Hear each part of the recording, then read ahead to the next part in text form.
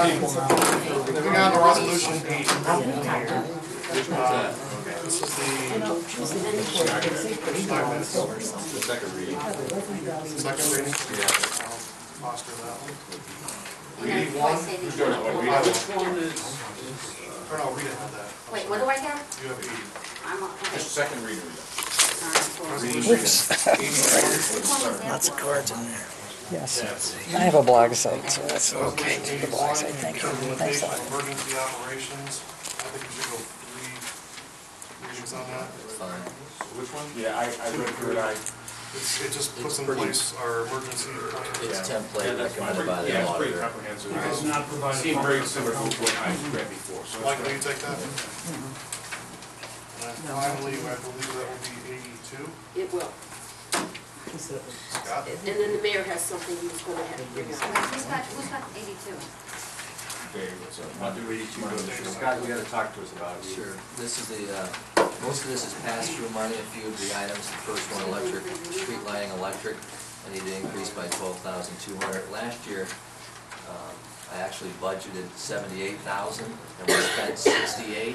So I cut it back down. I thought it would probably be close to $65,000. I actually budgeted $65,997. And we've already this year spent $61,000, and the average monthly expense is about $7,000. So I have $4,000 left in that light item. So to get me through the rest of the year for the street lighting, I'm looking at spending another $12,000. The street lighting, second item, street lighting, building and equipment. These are again more poles that are damaged by motors. We did collect the money that from the insurance companies and from the people themselves, and so it's just additional $18,000 to erect 3 more poles that were damaged. Are we hoping to get our money back on We it? did get our money back. Oh, so we've already, Yeah. okay, so this isn't true pass. Yeah. Okay. Dispatch contracted services, $3,200. That was, I didn't budget enough for this year. They had an increase for 911 services, so I'm asking for more money. County Health Board, we budgeted the same amount of money in our expenses, and this is what they take out directly from our real estate taxes. So I'm short $963, so we paid $963 more than this year. The prisoner expenses, $21,000. If you go into this packet that I provided you, our September, I just want to show you briefly, and I'll get into a big discussion. Yeah, what we've actually did, our expenses for the jail, it's on the third graph in, or first graph, I'm sorry.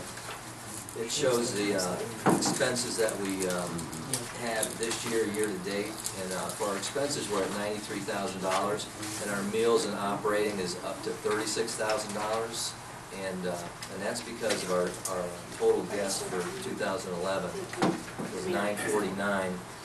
Total guests here to date 1,073, so we've had 124 prisoners more at this time than all of last year. So our meal, right, our revenues are up. Stowe's paid $90,000, Thomas $29,000. So we have a surplus, a balance right now of $40,000 if you analyze the jail for 2012. So this $21,000 is covered by. Let's give them more jailer hours. They do. Regina's getting some more hours, and that's reflected in the personnel expenses as of this year. And so again, these are all. I wanted to also point out that the sergeant that was administering this, Gary, yeah, that retired. He actually, right at the end of the year, I think was a great jailer, and he actually bought a washer and dryer. And I think council was aware of that. And from Sears across the street, put it in. And we're doing the laundry in-house. The jailer is doing the laundry in-house, and our average bill from Tip Top Cleaners was almost $600. So we're saving $7,200 a year by doing our own laundry in-house. So I thought that was significant. Who's running it now? Who's running the jail? Is it Gunslinger? Is that his name? I believe. But we bill twice a year to the Stowe, Talmadge, Silver Lake. We'll have a bill coming out in December, usually the 15th, by a number of prisoners, and then we invoice them right away. And sometimes we'll collect that money in 2012, and other times, depending on how fast they turn it around, we'll collect that revenue in the beginning of the year. So we're making money on our jail. Yes. The rec center refunds. This was money, we didn't budget enough for refunds again this year, and this is primarily due to, she had the day camp, and I think for the first year, she took special needs kids from, I believe, Northfield. And I think there was 5, they paid per child, I want to say, $2,500.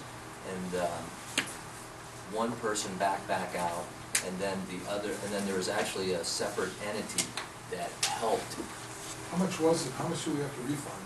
Well, the one child was 25, but this was a total, just to balance the What was budget. the total? Well, we had 5 kids, I believe, so we collected $7,500, and one kid dropped out, and so basically we had put the money in, and now I have to refund it back to them. And then there was an administrative that did some of this work with the special kids, and then their fees came out of that. So basically it's a wash. We collected that money from Northfield, we paid it back out with higher expenses from the group that actually supervises these special needs kids. So this was... I'm fine with all this stuff. Okay. The RTA retainer. That's RETA expenses, and in the past, RETA expenses were put through on the old system, a suspense account, and then what basically is that we would book the gross, and then the net would go into an agency fund, and they wouldn't need council's approval to show those expenses. So the way I'm booking the RETA, you're seeing the full income tax that comes in, and then I have to break it back out to the retainers. And usually, on the average, we're spending about $14,000 to $15,000 a month is basically Rita's fees for doing everything for us. So it's reflected in the expense account, but it's also offset by the revenue. The election expenses, $92.13. Again, we had that special election back in the fall that was billed that we received. This is again pass-through property expenses that they take out automatically.